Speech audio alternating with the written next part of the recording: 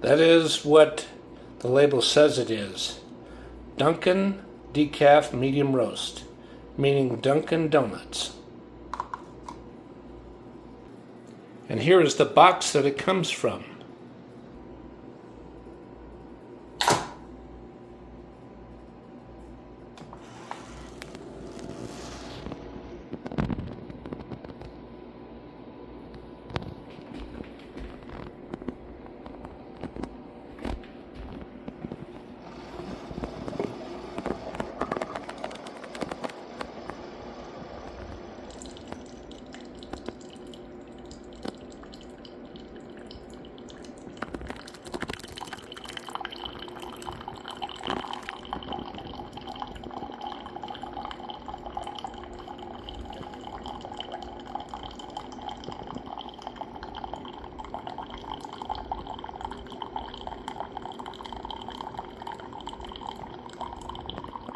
Oh, there's more of a close-up look.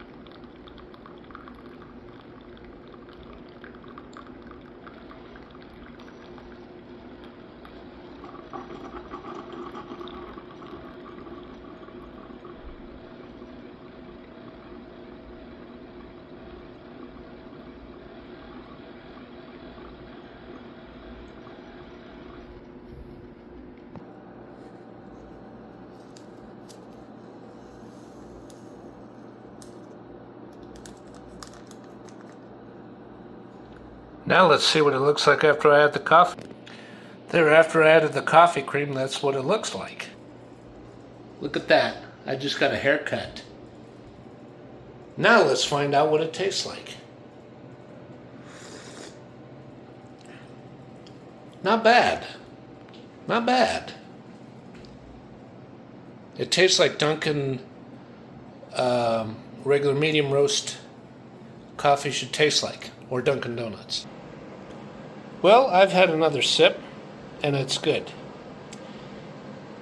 And this cup of coffee, this particular cup of coffee, is also my way of showing respect and saluting the late David Clayton Thomas, who just passed away a couple of days ago.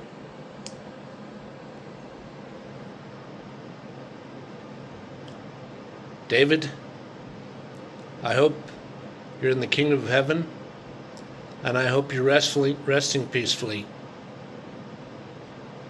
in heaven. This is a salute to you, sir.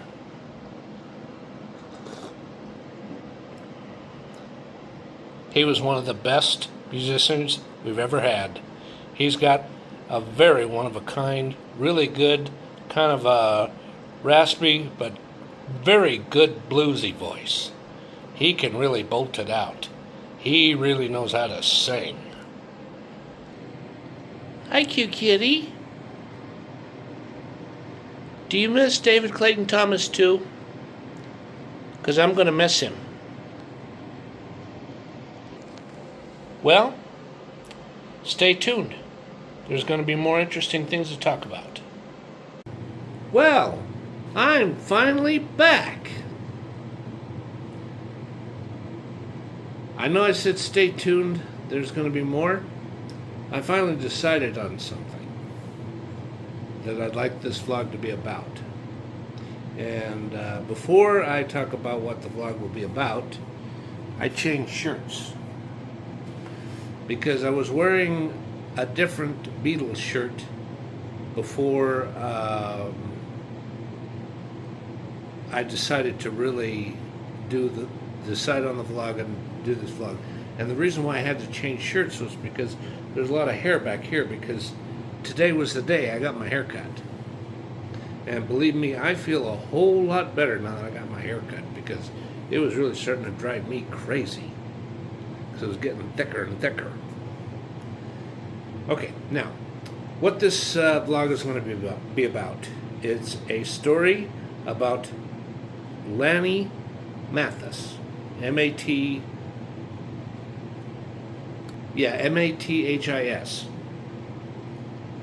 And Mathis is common last name in America, and it's also has people who are from France would use it as well. In fact, they may pronounce more like Mathis instead of Mathis. All right.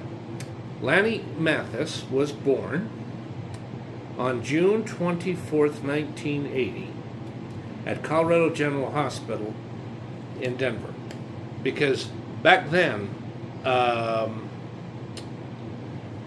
it was located on a part of what's called Colorado 9 neighborhood.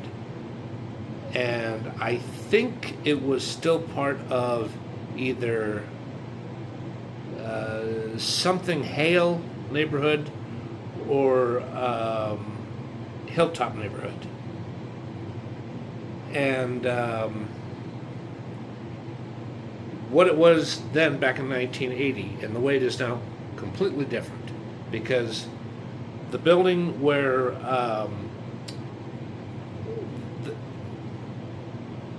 first it was Colorado General, then it was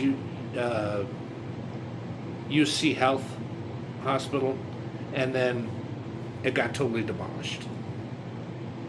And what is going to happen next, that was something that was immediately adjacent to it, was the VA hospital. The VA hospital is fenced off, it's badly decayed, and as of 2026, the VA hospital is totally fenced off, and it's probably going to be demolished at some point in this year, 2026, or early 2027. At least that's what I suspect is going to happen. But when it's going to be torn down, I don't know. Back to the story about Lanny Mathis. As I've already said, he was born at Colorado General Hospital. His first home was on 16 South Garfield in the Cherry Creek neighborhood, because it's on the upper edge of where Cherry Creek neighborhood is near the end. And you cross Colorado Boulevard, you're in a different neighborhood. It's a totally different, it's a different environment. I don't know about totally different, but it's noticeably different when you cross Colorado Boulevard. Length of residence in Denver, Colorado. June 24th, the day he was born, until August 6th, 1998.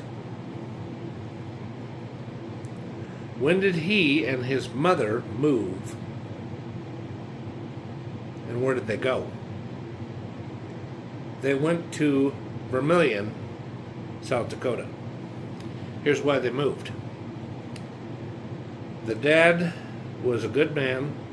He was making good money as a insurance broker. He wasn't an insurance salesman. He was a broker of a insurance company where he had his own corporation. He was a broker. And one night he got really drunk. And he went into a bar that was probably approximately it was approximately on East Virginia, and I think it was either on Bel Air or near Bel Air. This is in Glendale. This is in Denver. And he went into a bar to get a certain type of wine. And the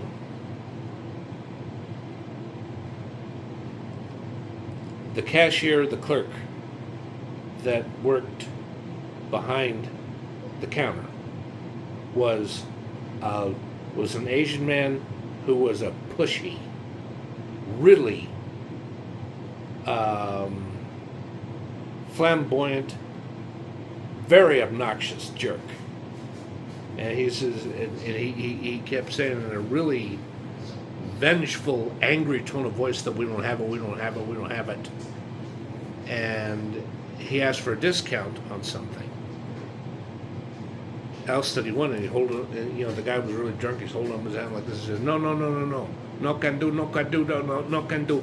And he goes, get out of here, get out of here, get out of here, get out of here, get out of here. And he says, and the dad was like, all right, I'll get out of here. But when you least expect it, you're gonna get the worst surprise you ever had in your whole fucking life, boy. And he gets in his car. He backs up. He floors it. He rams into the building. He backs up again and he speeds away. And then what happens is he's speeding really fast, and 3 Denver Patrol police cars are chasing him, and they're getting on the thing saying pull over, pull over, pull over, whatever they had to say. And then what happens is his engine catches on fire and he dies. The car pretty much exploded. Yeah. And I mean, when the car stopped, he hit it. He had a massive head-on collision with the steering wheel that was so bad it killed him. Yes, we're talking about deadly, severe head trauma. And plus, his blood pressure was probably jacked up pretty high because he was so drunk and he was so full of rage. And what happened is it wasn't August 6th that the parents moved. Or, excuse me, Lanny and his mom moved. But it was about 2 to 3 weeks later, after the incident. And what they did was they had quite a bit of money saved up. And they moved to Vermillion. They get a nice 2-bedroom, 1-bathroom house to live in that only set them back, I'm going to say about $600 at the most. And then the mom gets a good job, and Lanny gets a good job at a fast food restaurant that was probably Kentucky Fried Chicken. And he works there for a couple of years until he'd had enough, and then he found another job. And he went to go work at a store that would be an electronics store that might have been called Fry's or something like that. It was popular in South Dakota, but you know, anywhere else in the United States it was unknown. And he really starts making some pretty good money as a salesman, and then he goes from salesman to shift manager and salesman, and then he goes from shift manager to assistant store manager,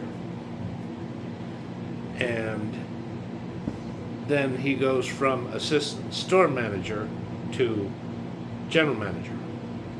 And when he goes to general manager, I mean, things really start to take off for him. And one day, his cousin that he really loved and cared quite a lot about, it was a cousin named It was a cousin named Mikey Mathis. And what happened with Mikey was he was a good guy. He didn't drink very much. He only drank like about once a month. He'd have a beer. And he was a good driver. He didn't speak very much. And one day he's driving in a very heavy traffic day on Alameda. He's going westbound on Alameda instead of east. Somewhere between Monaco and Alameda and Colorado Boulevard in Alameda is right in the middle. I think it's just a little, in fact, it's probably just a little bit past Holly. He all of a sudden has a major heart attack. Yeah. I mean, he's feeling stressed out and he's got a headache, and he just said, I'll get home. This will be all right. It's the traffic. It's just one of those things where there's just a highly unusual, really heavy flow of traffic. And he stops and he pulls the car over to the side and he's going, and he gets on his smartphone or his cell phone and he calls 911, and right when they come over after a couple of minutes, and they open up the door, he goes, and he dies. And they tried to resuscitate him. They really tried. They tried like at least 8 times. Nothing worked. And Mikey died on January 14th, 2023. And Mikey was only 41 years old. That's really sad for a life to be cut short that soon. I mean, that's just as sad as what happened to me on April 6, 2011, because I was only 37 when I got hit and I nearly got killed. But that's besides the point. Okay, so on, I think it was the 17th of January, he goes, he flies back to Denver to go to the funeral, and he was sad and he cried a little bit at the funeral. And then he went to the funeral reception, and he didn't do this a lot, but he more than a couple of times he'd go out and just kind of look around in the backyard at everything. And an uncle comes over to him and says, "Hey Lanny, why do you keep looking around at everything? What are you looking for?" He says, "I'm not looking for anything in particular, but I tell you this much. When I look around like this, I want to live here." And his uncle's like, "Are you really sure you want to do this?" "Well, I'm going to take about a week to think about it, but driving around in here, the way things have improved since I lived here back in 1998, and despite what happened with my dad, I want to live here. I don't care that I have memories of what my dad did to somebody and did to himself. I want to live here, and I don't care. This city's gotten really beautiful. It's really changed. It's fast-paced on one hand, but on the other hand, it's kind of laid back too. A lot of people are more friendly here, and they have a good.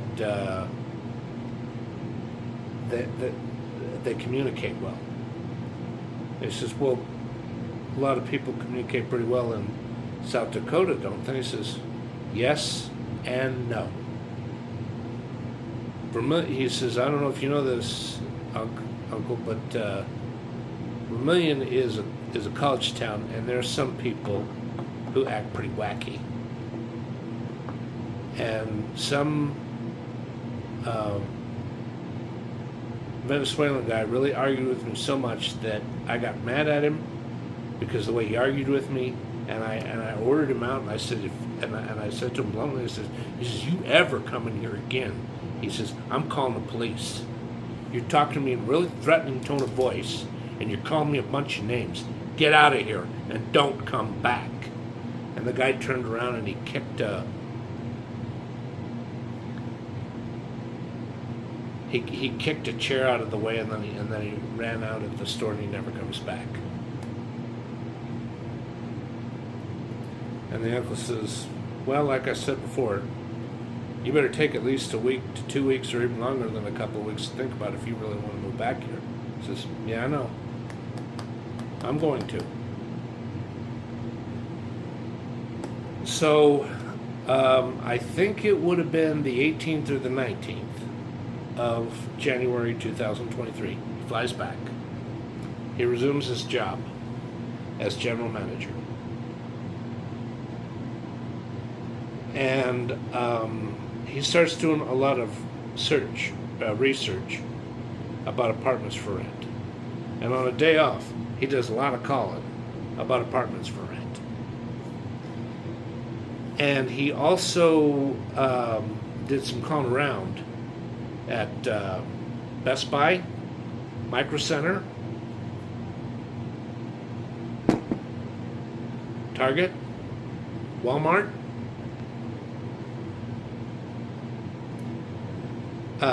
a few AT&T cell phone stores, a few Metro by T-Mobile stores. He called Trader Joe's. He was even thinking about getting into the grocery business. Starting at least as a assistant manager. I mean, he looked at this every which way. And finally,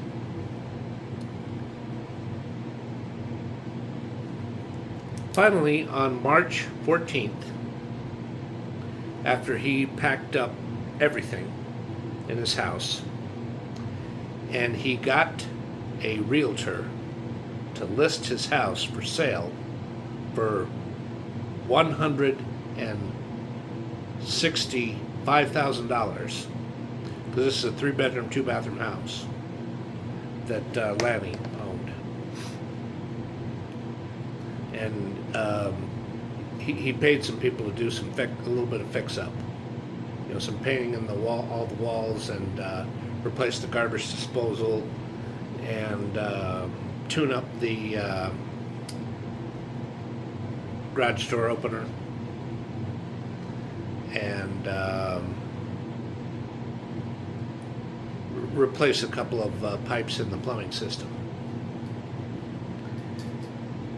And he rented a U-Haul a couple days before this, before the day that he leaves.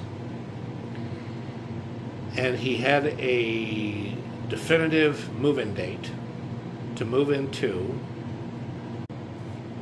So when he was all ready to go, he drove a distance of at least 900 miles. I don't know verbatim the distance between Vermillion and Denver, Colorado, but I would assume it's at least 900 miles. Or somewhere between 750 and 900 miles, actually. And he had been approved to move to a not apartment complex, but a very nice apartment building that's pretty high. It's at least 8 to 10 stories high. It used to be called Welshire Arms, but it's called something else now. And it's on the 2600 or the 2700 block of South Colorado Boulevard. And it's on the west side of the street instead of the east. And on top of that, because see, he had to have this job offer before the apartment complex would even think about working with him. He was offered a job by Best Buy as assistant store manager. And they say, oh, did he go out there for the interview? Not quite.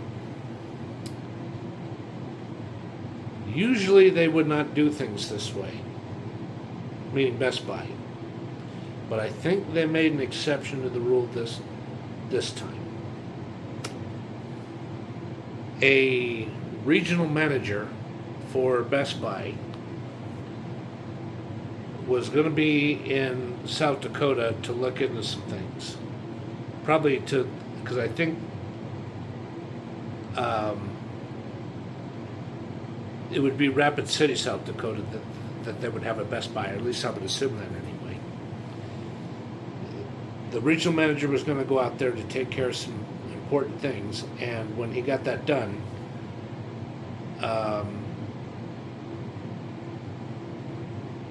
he made an arrangement with Lanny to meet him, the regional manager, inside his nice hotel suite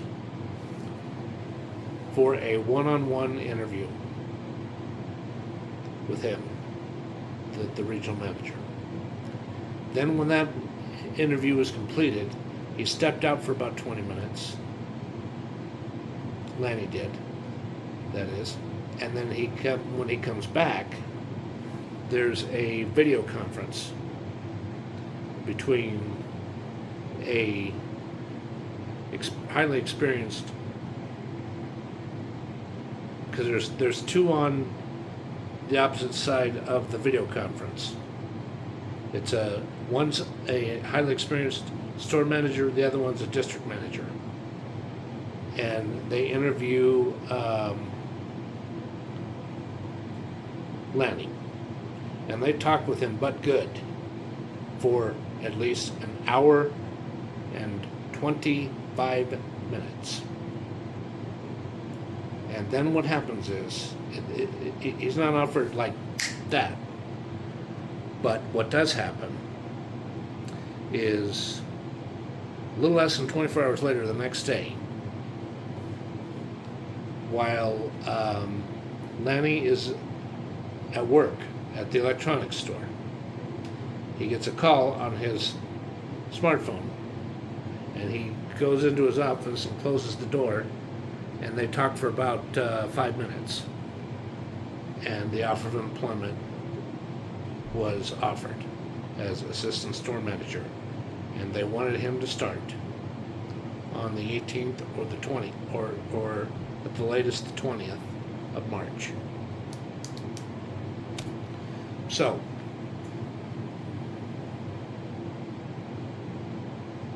he leaves. Lanny leaves South Dakota at about 7:30, somewhere between 7:30 and 8 o'clock. And he's hitched up his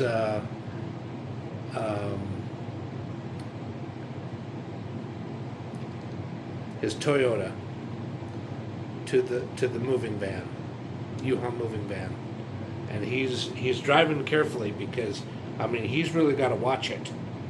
He's got a lot to pay attention to, and it's not extremely stressful, but it's nerve-wracking all at the same time. And when he gets to, in fact, I'll find something out here. Okay, I stand corrected. The distance between Vermillion, South Dakota, and Denver, Colorado is only 561 miles. Boy, I should have known better. So, he leaves at the time that I just said. And he keeps driving and driving and driving and driving and driving. And what he does is he doesn't get checked in that day because, no, I take that back too. If it takes him as much as 9 hours, he gets there right at 4:30, somewhere between 4:30 and 4:35, to the apartment complex located on the 2600 block of South Colorado Boulevard. And he drives, he gives them a call about 20 minutes before he's supposed to be there to let them know that he's coming and to make sure that they know. And he doesn't pull into the parking lot, but he's parked right on in front. You know, they let that slide for the time being. He goes into the leasing office. He fills out some information, and he shells out, because it's a 2-bedroom, 2-bathroom apartment. He shells out, and I'm not joking, over $2,200. Yes, he has to.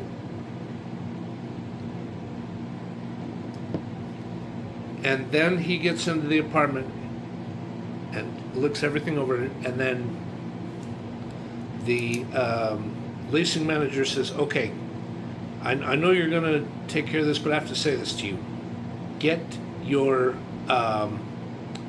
U-Haul moving van towards the back, and after that, park your car at the parking spot right there, because if it's out front for a long period of time,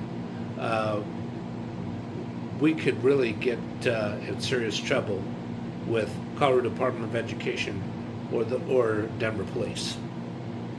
We could really get fined at least $800. He says, okay, I'll take care of that right away. So he unhitches the moving van. He carefully drives around, and he gets around towards the back. Then he undoes the hitch mount that's hooked up to the car itself. The hitch bracket, or the hitch bracket, and he puts it in the trunk of the car, and he carefully drives to his parking spot. And then what he does is he calls his connection of the moving people that are going to help him, because he's going to need the help. I mean, he's a strong man, but he's not so strong that he's going to do it all himself. He's going to need some help. And 2 guys come over, and they really start working away, and he carries in a few things here and a few things there, but the moving company people do most of it. And he pays them $954 in cold, hard cash. Yes. He's got over $1,000, or no, over $1,100 in hundreds, 20s, 10s, 5s, and 1s, and at least $2 in pocket change. And then what happens is after he's paid them and he's taken the bill, he goes upstairs to his apartment, and he unpacks a few things, and then all of a sudden, man, his stomach's growling real hard, and he's shaky. He's feeling, his hands are kind of shaking like this. And he's like, oh man, what am I going to do? I can't remember the box that's got some non-perishable food. The only thing for me to do is just walk down that way and just stop at the first restaurant that I think's the best. That's all I can do.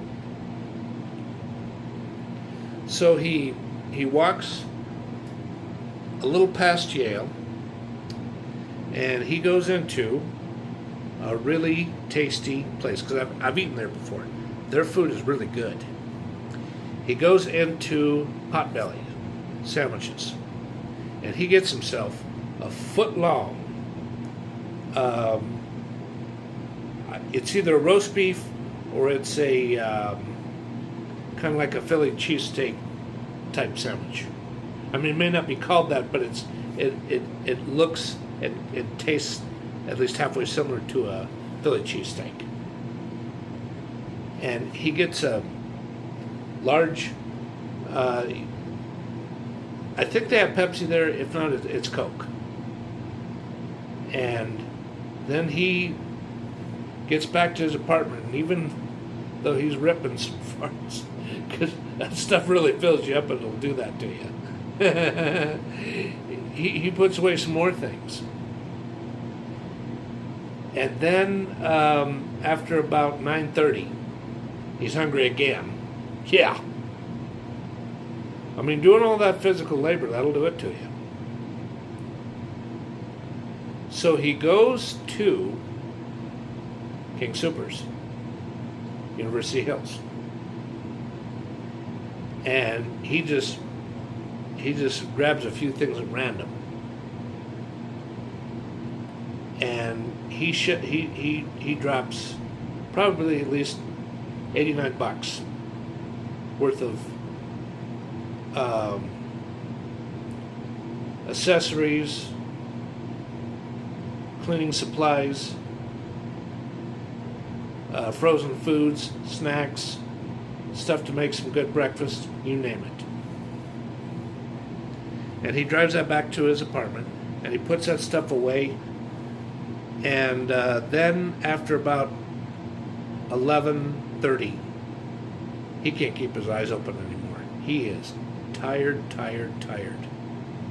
So then he gets into his pajamas, and he sets up the bed, and he just lays down. He doesn't even bother to put on an alarm, because he didn't have to go to work the next day. And he just sleeps. He slept from 11:30 until 10:51 in the morning. Yeah, that's quite a lot of sleep. That's almost 11. That's about, let's see, after 11:30, he probably fell asleep somewhere between 11:50 and 12:08 after midnight. Yeah, that's easily 10 hours, easily. That's almost 11 hours. And he gets up, goes to the bathroom, showers, shaves, gets dressed, and he starts unpacking more stuff.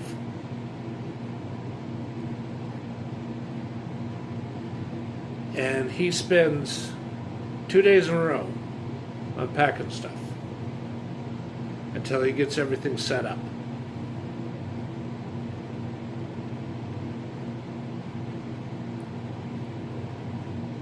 On the third day,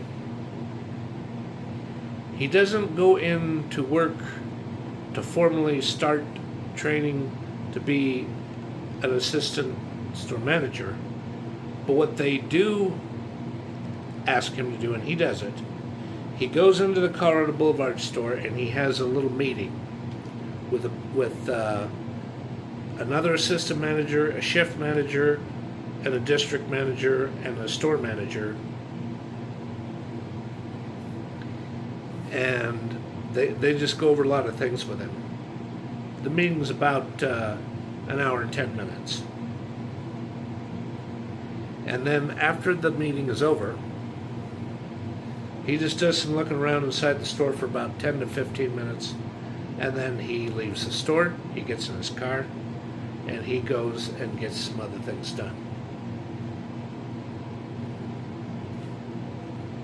On about March 19th, the alarm clock goes off, and he gets up at 7:45 in the morning. He showers and shaves, gets ready for work. He goes in the kitchen, makes himself an omelet and a couple of strips of bacon, and toast some Eggo waffles. Lego my Eggo. Lego my Eggo. You know what I mean. And he makes some coffee in the coffee maker. And then he puts the coffee in a disposable cup because he wants to take it with him. And he puts on a nice suit. Not the nicest, but nice. And he goes into the store, and the general manager says, all right, follow me. And they go into a conference room, and he looks at a lot of videos, and I mean a lot.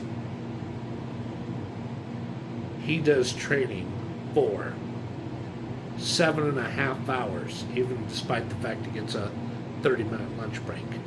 Yeah. Well, that's about it for this vlog. And before I outright end the vlog, after Lanny has been working for the company at that store for 5 years, guess what happens?